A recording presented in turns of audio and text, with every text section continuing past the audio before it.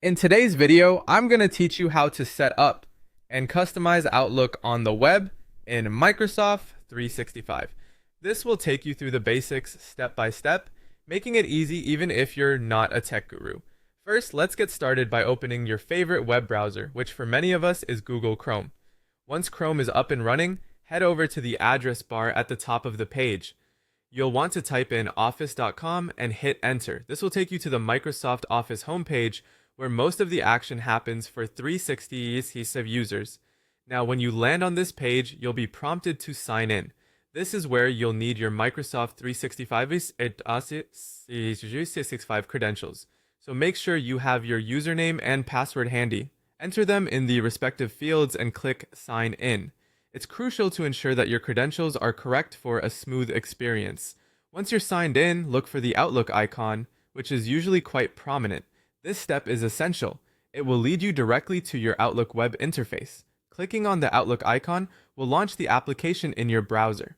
If this is your first time accessing Outlook on the web, or if there have been updates, you might encounter some on-screen prompts. These are there to help configure your mailbox settings right off the bat. Don't worry, these prompts are pretty straightforward. Just follow them as they appear after the initial setup, or if you're revisiting Outlook to make some changes, you'll want to dive into the settings to truly make Outlook your own. Look for the settings icon, often represented by a gear symbol, usually found in the upper right corner of your Outlook window. Clicking on this will open the settings panel where you can begin to customize a variety of options. Let's start with setting up your email signature. An email signature is an excellent opportunity to add a professional touch to all your outgoing emails.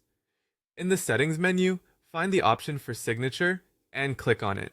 You can then type in your preferred signature or do some copying and pasting if you already have one prepared. Don't forget to save any changes you make here. You can also delve into themes for a personalized touch. Within the same settings panel, explore the themes option. Microsoft offers a selection of themes to choose from, allowing you to pick one that resonates with your style or mood. Finally, notifications are key to staying on top of your emails. While you're still in the settings, make sure you adjust your notification preferences. This allows you to receive desktop alerts or sound notifications so you don't miss any crucial email. These steps should leave you well equipped to use Outlook on the web efficiently. Keep experimenting with different settings as you become more accustomed to the interface to get the most out of your Microsoft 365 experience. Thanks for watching and happy emailing!